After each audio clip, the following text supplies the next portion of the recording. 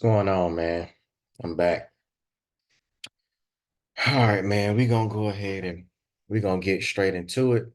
Keep this real short and simple. We're gonna do this Miami versus FAMU preview. Um, I want to start out by saying we need to, get out of this game injury free. I don't want to see I pray, that players on both sides stay healthy, but seriously, I do want Miami to come out of this thing injury free. Um, no, Bain obviously isn't playing. Mario said it's a soft tissue thing. I think he gave him a couple of weeks timeline. I don't know if I missed the interview or not, but he really didn't speak on Damari injury. Originally, he said they were both like, short time periods, but speedy recovery for both of those guys and any of the other the Canes that are potentially nicked up. So let's get into it, man. We play FAMU Friday at the Rock, 6 p.m. if I'm not mistaken. I think it should be a great home opener. I know people, be complaining about home opening opponent sometime and stuff like that, but after the work them boys did at Florida, went up there, beat the dog shit out them boys. If you go into the game, I hope you have a good time. Let's get into it with FAMU, man. They're 2-0. Uh Last year, I will say, and this is all relative, right? We understand that these teams are in two completely different leagues, literally, from a talent standpoint. But the only game they lost last year was to South Florida. And if I'm not mistaken, they only lost by maybe a touchdown. One of the key things I want to point out about it though is the majority of their production that they had last year is gone. The quarterback that threw for almost 3,000 yards, he's gone. Their leading running back left. The leading wide receiver's gone. Their leading tackler, I think, bro, had like 100 tackles at linebacker. He's gone. And their top two sack getters on the team transferred to, I believe, to both D1 schools. They got, better situations. So a lot of their production is gone. That's the first thing I would like to highlight. So, um, I did watch film from the first two games because there was no need to really watch anything from last year. One, because schematically, it don't really matter what they do, right? I'm just being real. Schematically, it don't matter what they do, what they call them. Like, we gonna beat these boys' ass. It is what it is. But I still like to look at every opponent and see some of the things they do and stuff like that. But because it's new personnel, I didn't do it. So their quarterback, bro done threw for like 500 or something yards on the year. Is Daniel Richardson. If I'm not mistaken, he went to Carroll City. I think he originally was at FAU and then he transferred. So he averaging about, 280 yards passing a game, 6 TDs, no picks right now. Um, he is mobile. I was watching, I seen him scrambling and stuff like that, obviously. Um, if they're gonna stand back there and attempt to let him throw for real, because they are running routes and different concepts from what I saw on tape or whatever, I expect to record a minimum of 7 sacks on these boys. I'm just keeping it real, keeping it funky. Their leading rusher has like 75 yards or something. The leading receiver is the tight end. He got like a buck something. Obviously, Thad Franklin is on that team. I think right now he's either second or third string. I don't think he starts because, like, when I was watching the film and stuff like that, I saw you score the other week, but um I don't think he starts though. Which it could be because obviously him not being there for that much or whatever the case may be. I'm not really sure, but let me check something here. So. The leading running back is Dean. Then they got Somerset is got 73 yards, and Thad Franklin got 56 yards, but he scored on like a 20-yard touchdown or whatever. Um, The only wide receiver I think that we need to just make sure we keep an eye on for real is Jamari Gassett. He actually, if I'm not mistaken, is from the Tampa area. He might have went to like Tampa Bay Tech or something like that. But um he can make plays. So I know we'll have a tendency to let, to turn guys free sometimes on the back end. I would him and Gross, the tight end. Those are two people that we can't turn free, if we being honest. I mean, it's not gonna matter in the grand scheme of things because they still gonna get their ass beat. But I would like for us, to make sure that we identify those guys and then make sure that we keep Richardson contained for when he would like to attempt to scramble. Other than that, I mean, there's nothing else to really know about these guys. The majority of their production on defense is gone. So how I would like things to go, they have other players like, everybody remembers the situation from, years ago with Quan Lee, and they have other some other Central Florida and South Florida kids. I will say they do have like lower level or lower end D1 talent at some of these positions as far as some of the players that they've acquired and stuff like that. But I mean, it's not gonna really matter. Boys played Norfolk State and South Carolina State. Norfolk State ran for over 200 yards on these boys.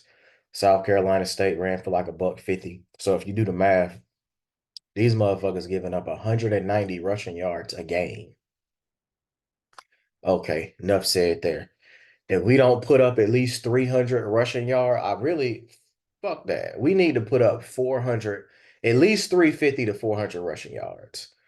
Because if they giving up 190 a game to South Carolina State and Norfolk State, like let's be real.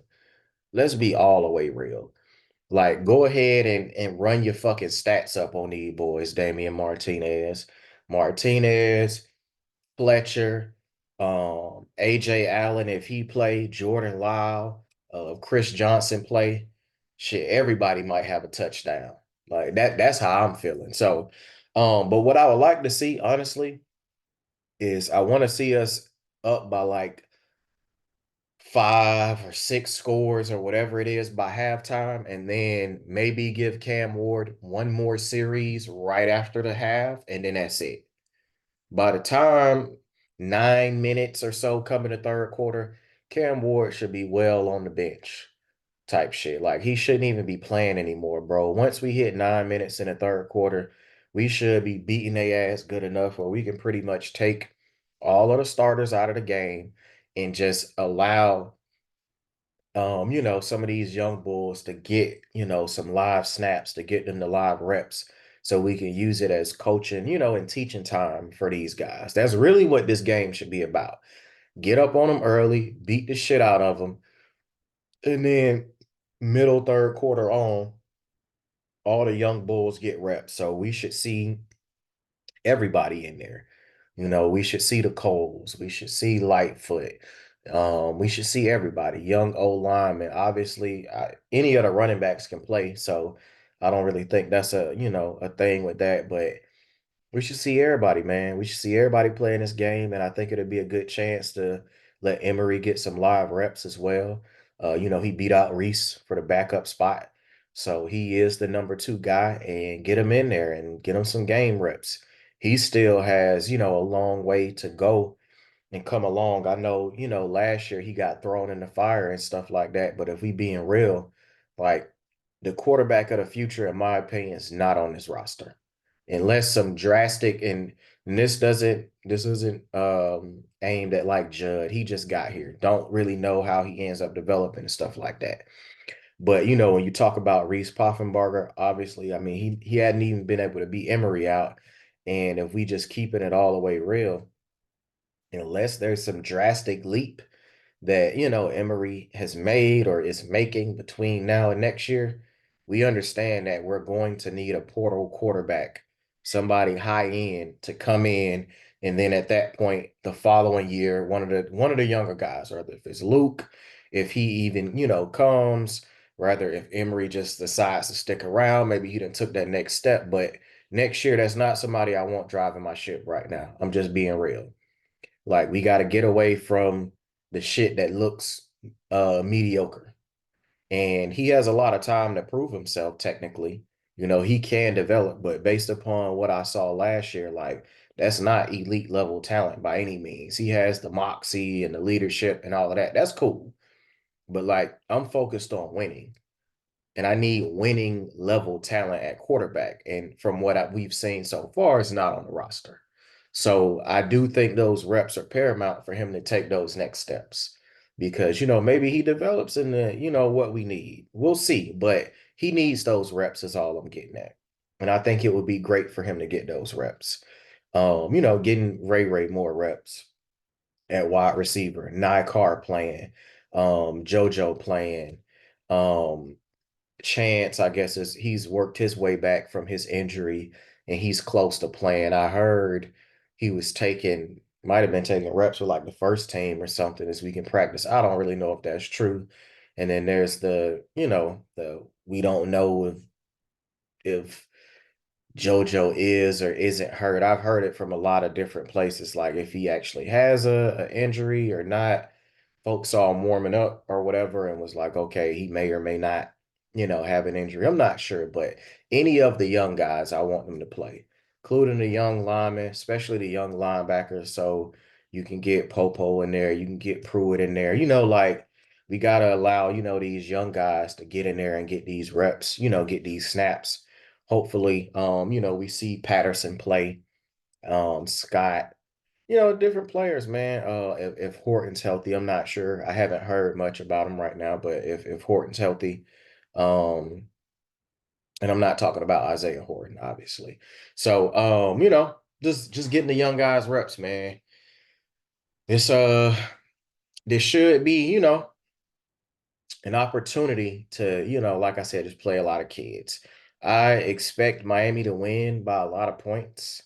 That's really the best I can, you know, put it. I don't even need to really do a score prediction because if Miami don't win by pretty much 50, I'll be pretty surprised unless the backups get in and, you know, allow some scores and stuff like that. But, you know, obviously this isn't really, this is okay. We played Florida. We may have been a little banged up or whatever, come back, knock them out, get the shit over with. I'm looking forward to whatever highlights come from this game, though. I will say that. I think it'll give, you know, different players a chance to maybe boost their confidence or just get a little more comfortable within the offense. We've opened things up a little more, in my opinion. Conceptually, I feel like we're still running a lot of the same things, but it did look different. Um, and part of that might just be who's back there. Cause I remember last year, you know, I saw a lot of plays and shit where shit was just wide open. We just didn't have the quarterback to get it to him or whatever. But that's it, man. Protect Cam Ward, stay healthy, go out here and do what you gotta do, beat their ass and get it over with, man. Hopefully the weather stays the way it's supposed to. I think it's supposed to be great weather tomorrow. And as everything permits, you know, um around 9 o'clock or whenever the game ends, around 9:30. You know, the Canes will obviously be victorious before then, but you know, that's pretty much about it. So if there's anything that folks are looking for, I know a lot of people been, you know, saying different comments about different young players and stuff like that. But there's anybody that you guys are like, okay, I want to see what they can do, X, Y, and Z or whatever, like, you know, post below. We can talk about it and everything. The channel will be back consistently active. I've gotten a lot of personal messages, just messages from people asking me about the channel. Yes, it'll stay active do throughout the season. Expect 2 videos a week. So a preview and then a review. And I'll be doing this in the manner of once we get into playing real competition. So I'll say starting with the USF game, just being real. There'll be a certain breakdown that I'll continue to do how I would do in the past, right? Go over the stats through and through on both sides, highlight key players, and just kind of lay it all out, give my takes, pull up some film from both sides. You know, I'm not biased. I typically will. I watch film for both teams just because I want to know who we're going against. Like I can't just, can't head into the game and not really knowing like who we should highlight, who we should be looking at. I know the coaches are doing that stuff anyway, but just from the fan perspective, obviously, like I want to know who may be a problem or not for us and stuff like that. So I'll cover the breakdown and everything, and then that would be pretty much it. So Monday will be the day typically that I release the review videos. So I know people was like blowing me up about the UF one because I released it later. So Mondays the review will come out, and then I'll try to stick to doing the previews, releasing that on Wednesday. So Monday and then Wednesday. It may be Thursday, but I may have to just stick to Wednesday because I know we play Virginia Tech on Friday, and I want to go ahead and be able to kind of get that out of the way. So the channel will be back active, man. For everybody that's been here, over these years that, have asked me to continue to do it, I will. And you know, just look for the review video for FAMU pretty much on Monday. That's it. I'm out.